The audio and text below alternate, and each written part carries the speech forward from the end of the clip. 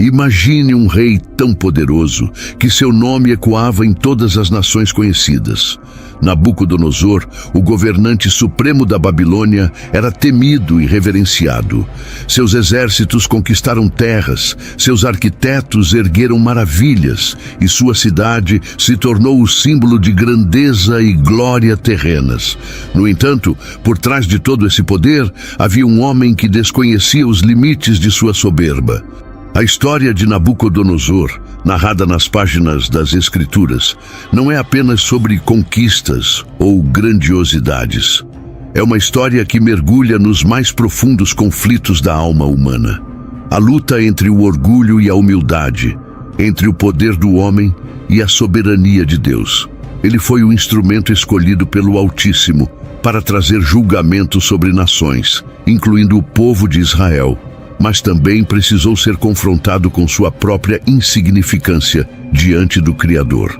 De um trono de ouro ao chão onde rastejou como um animal, Nabucodonosor viveu uma trajetória que se tornou um dos maiores testemunhos da misericórdia e do poder de Deus. É uma história sobre o preço da arrogância, mas também sobre a possibilidade de redenção. Inscreva-se no canal para mais histórias bíblicas emocionantes e ative o sino de notificações para não perder nenhum vídeo. Era uma noite calma nas planícies da Mesopotâmia, quando em uma casa cercada por altos muros de tijolos de barro, nasceu um menino que mudaria o curso da história. O vento soprava suavemente pelas margens do rio Eufrates, carregando o som das celebrações que ecoavam pela cidade de Babilônia. Aquela não era uma noite qualquer, pois o herdeiro do rei, Nabopolassar, havia chegado ao mundo. O menino, a quem chamaram Nabucodonosor, seria criado sob o peso de um legado que poucos poderiam imaginar. Enquanto crescia, Nabucodonosor era cercado por histórias de conquistas e glórias. Seu pai, Nabopolassar, havia libertado a Babilônia do domínio assírio, quebrando um império que parecia invencível. Agora, ele sonhava em transformar a Babilônia em uma potência que todos os povos temessem e respeitassem. E o jovem Nabucodonosor, com seus olhos brilhantes e mente ágil, era moldado para ser o instrumento desse sonho. Desde cedo, ele se destacou não apenas pela inteligência, mas pela ambição que transparecia em cada gesto, como se já carregasse a convicção de que estava destinado a algo muito maior. Nas ruas movimentadas de Babilônia, onde mercadores vendiam especiarias e artesãos trabalhavam sem descanso, Nabucodonosor era uma figura curiosa. Ele se misturava às multidões, observava as pessoas, aprendia com os relatos de viajantes e os escritos deixados por sábios, mas sua mente estava sempre voltada para algo maior: o poder. Ele sabia que o mundo era vasto e perigoso e que apenas os mais fortes poderiam governá-lo. Com o passar dos anos, sua força física crescia tanto quanto sua capacidade de liderança.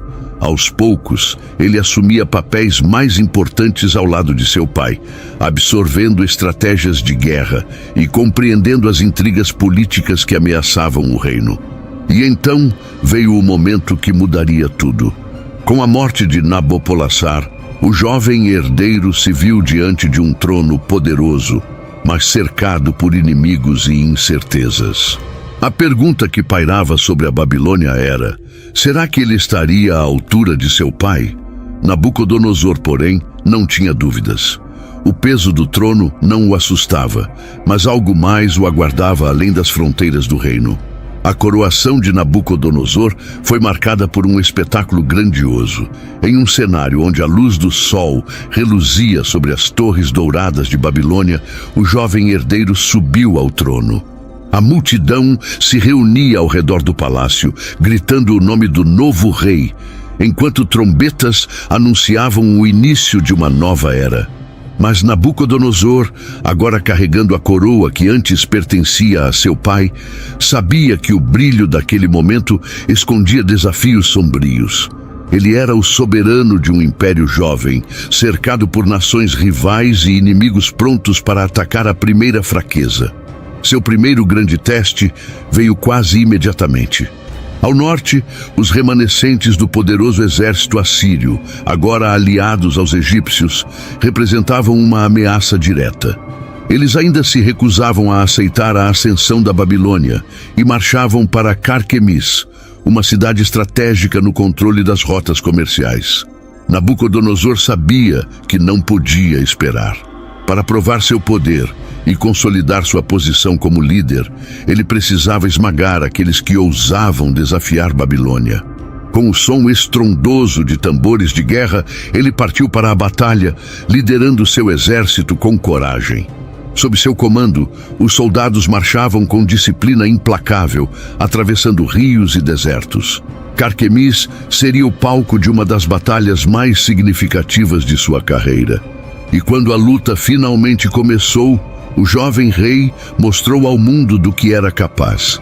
Ele comandava como um general experiente, calculando cada movimento, cada ataque, com uma precisão assustadora.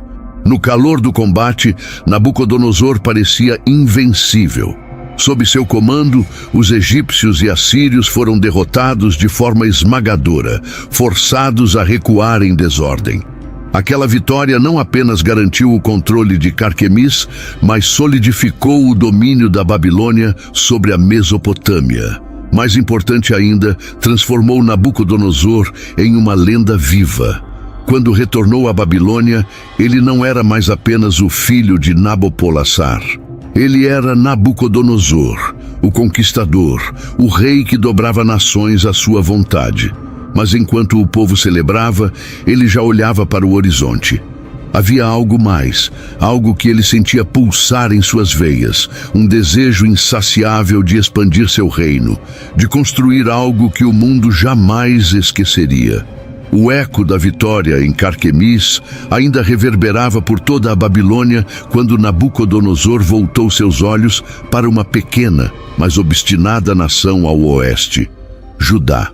Situada entre grandes impérios, Judá se tornara um ponto estratégico de interesse para a Babilônia, mas também uma fonte constante de resistência.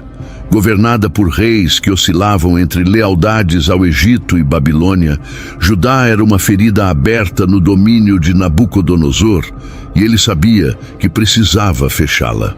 O momento para agir surgiu em 597 a.C., quando Jeoaquim, rei de Judá, tentou desafiar a supremacia babilônica.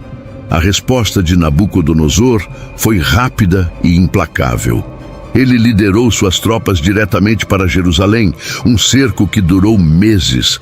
Quando finalmente adentrou os portões da cidade, fez questão de deixar claro que a desobediência tinha um preço. Jeoaquim foi levado cativo e seu sucessor, Joaquim, teve o mesmo destino pouco tempo depois. Para Nabucodonosor, capturar Jerusalém não era apenas uma questão política, era um lembrete ao mundo de que nenhuma nação, por menor ou mais devota, escaparia de seu domínio. Ele saqueou o Templo de Salomão, o coração espiritual do povo de Judá, e levou os tesouros sagrados para a Babilônia como símbolo de sua vitória. Mas, talvez mais importante, ele deportou milhares de judeus para o exílio, entre eles líderes, artesãos e jovens promissores como Daniel, que um dia se tornaria uma figura crucial em sua própria história. Embora Jerusalém tivesse caído, Nabucodonosor sabia que não podia confiar plenamente na lealdade de Judá. Ele colocou Zedequias como rei, esperando que ele mantivesse a ordem sob o jugo babilônico. Mas Zedequias também desafiou o poder do conquistador, e Nabucodonosor retornou em 586 a.C., desta vez decidido a não deixar pedra sobre pedra. Jerusalém foi destruída e o templo reduzido a cinzas. Quando os exércitos de Nabucodonosor deixaram Judá, não havia dúvidas sobre quem era o governante do mundo. Mas, para o rei, a destruição de Jerusalém era apenas um passo em direção a um objetivo maior. Nabucodonosor retornou à Babilônia triunfante, mas seus olhos não estavam fixos no passado. Em sua mente havia uma visão, Uma cidade tão grandiosa que não seria apenas um símbolo de poder, mas uma prova de que ele, Nabucodonosor, era um governante escolhido pelos deuses para moldar o destino do mundo. Babilônia, sob seu comando, não seria apenas a capital de um império, seria o centro do universo conhecido. As ruas da cidade fervilhavam de atividade. Trabalhadores vindos de todos os cantos do império, desde escravos de terras conquistadas até artesãos altamente qualificados, erguiam muralhas que pareciam tocar os céus. Nabucodonosor comandava cada detalhe, supervisionando projetos com a mesma intensidade que mostrava no campo de batalha. Sob suas ordens, Babilônia se tornou uma cidade de esplendor inigualável, com templos que reluziam sob o sol e palácios adornados com ouro e pedras preciosas. O rei não poupou esforços para enaltecer o templo dedicado a Marduk, o deus principal da Babilônia. A Torre de Etemenanque, conhecida por muitos como a Torre de Babel, foi reconstruída em uma escala monumental, seus degraus subindo como uma escada que parecia querer alcançar os céus. Mas talvez a realização mais fascinante de Nabucodonosor fossem os jardins suspensos, uma maravilha que dizia ter sido criada para agradar sua esposa, Amitis, que sentia falta das montanhas verdejantes de sua terra natal. Os jardins eram uma obra-prima de engenharia, com terraços elevados irrigados por um sistema inovador. O perfume das flores e o som das fontes de água criavam um oásis em meio ao calor árido da Mesopotâmia. Diziam que, ao caminhar por entre as plantas exóticas e as árvores frutíferas, Amitis podia esquecer sua saudade, e os visitantes ficavam maravilhados com a habilidade divina que parecia ter dado vida àqueles jardins. Mas para Nabucodonosor, cada pedra colocada, cada estrutura erguida, era mais do que beleza ou luxo. Era a construção de seu legado. E enquanto ele via sua cidade tomar forma, uma inquietação crescia dentro dele. Babilônia era gloriosa, mas poderia ser eterna? As noites de Nabucodonosor, antes tranquilas, começaram a ser invadidas por sonhos estranhos, como mensagens misteriosas que ele não conseguia entender. Uma dessas visões era especialmente perturbadora. Ele via uma estátua gigantesca, imponente, feita de diferentes materiais. A cabeça era de ouro puro, os braços e o peito de prata, o ventre e as coxas de bronze, as pernas de ferro e os pés de uma mistura frágil de ferro e barro. De repente, uma pedra, não cortada por mãos humanas, atingia os pés da estátua, destruindo-a completamente, enquanto a pedra crescia até se tornar uma grande montanha que dominava a terra.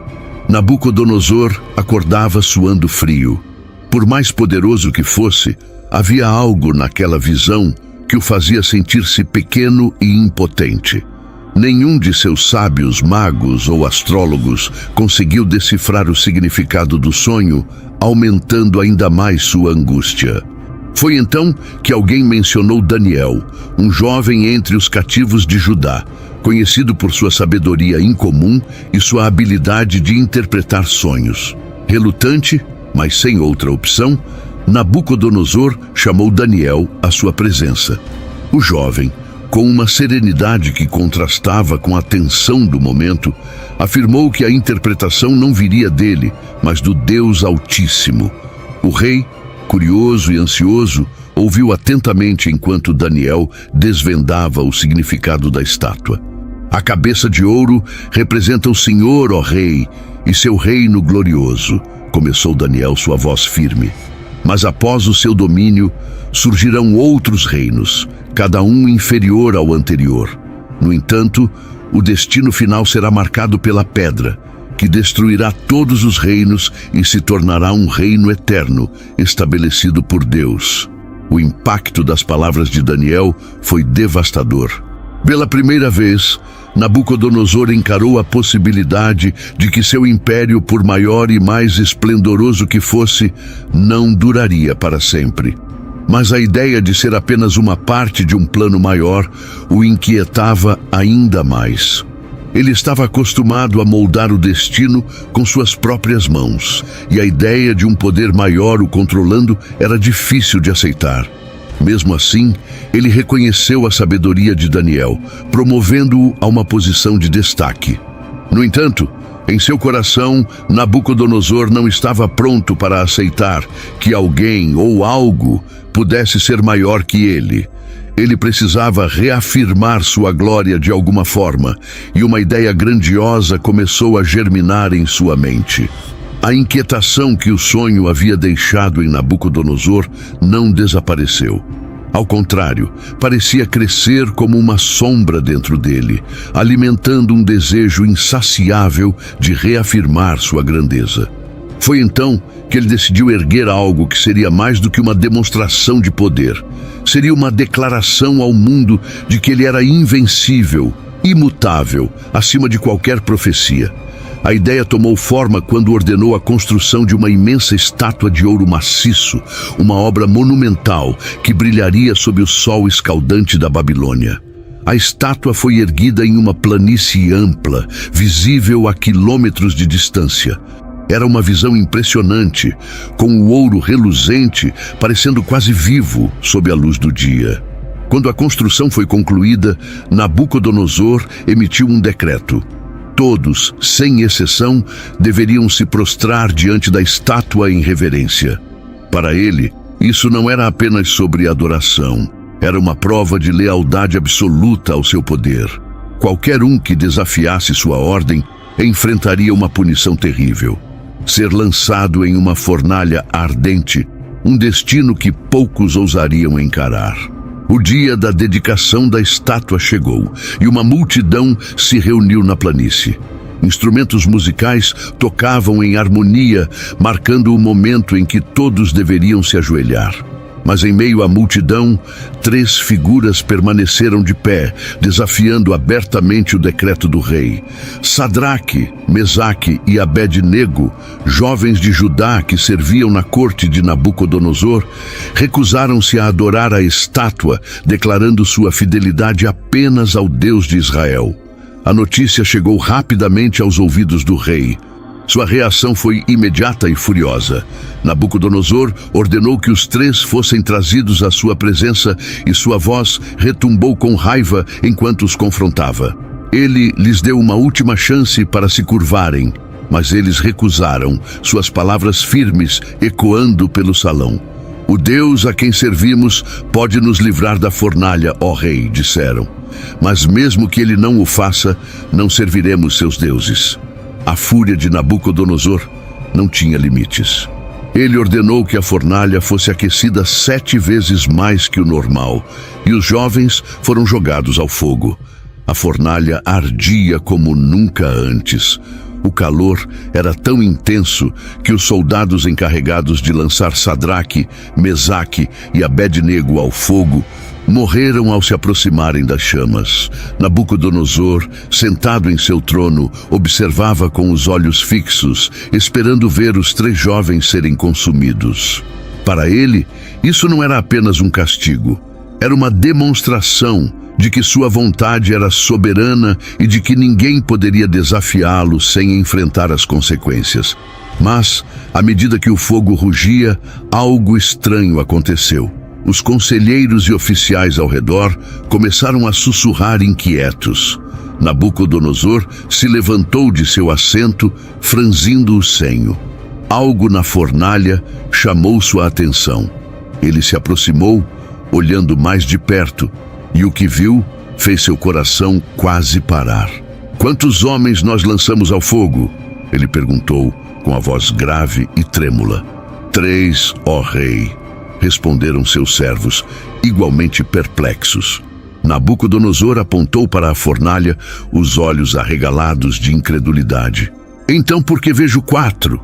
E o quarto parece ser como um filho dos deuses." Dentro da fornalha, Sadraque, Mesaque e Abed-nego estavam de pé, ilesos, andando calmamente em meio às chamas. Mas o que chamava ainda mais atenção era a figura que os acompanhava. brilhando como se fosse feita de pura luz. As chamas, que deveriam ter sido sua destruição, não os tocavam. Suas roupas não queimavam, e nem mesmo o cheiro de fumaça os envolvia. Nabucodonosor, tomado por um misto de medo e assombro, gritou: Sadraque, Mesaque e Abednego, servos do Deus Altíssimo, saiam daí.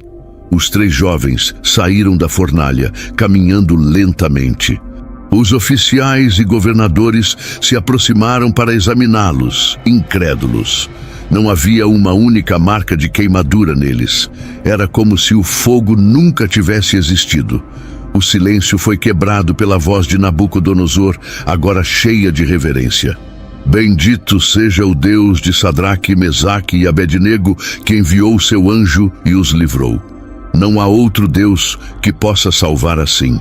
Apesar do milagre que testemunhou na fornalha, Nabucodonosor ainda carregava o peso de sua soberba.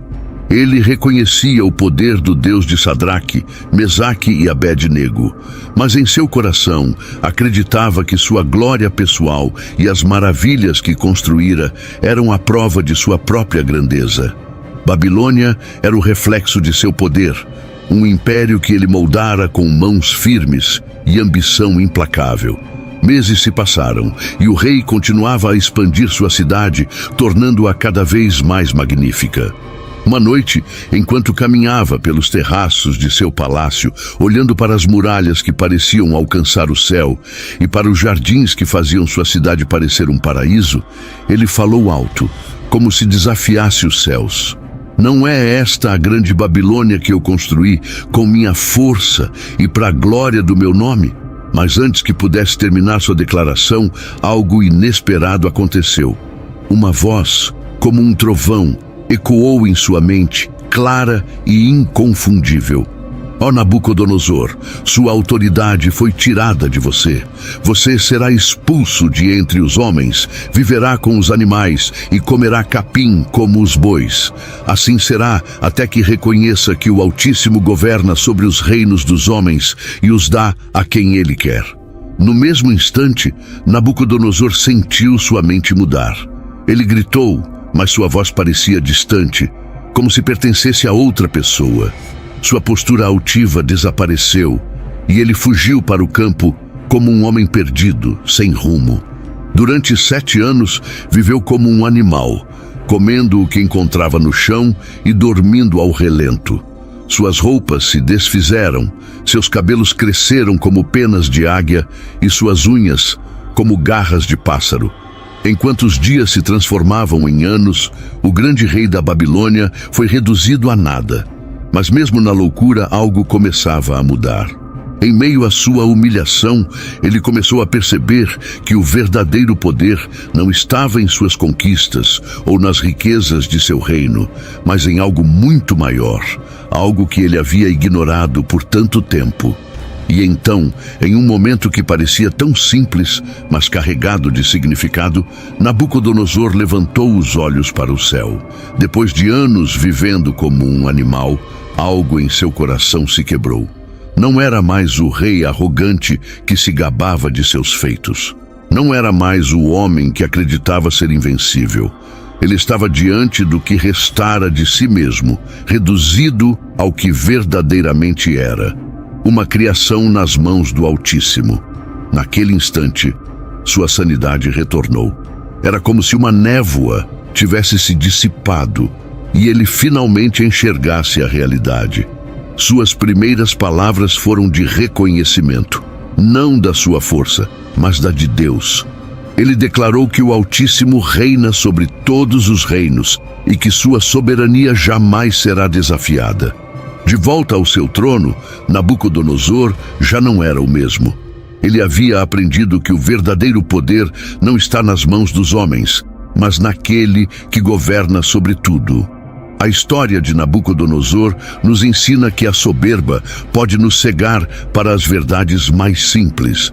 Por mais que realizemos grandes feitos, nada se compara à majestade de Deus. A humilhação que ele enfrentou foi um lembrete de que a glória do homem é passageira, mas a de Deus é eterna.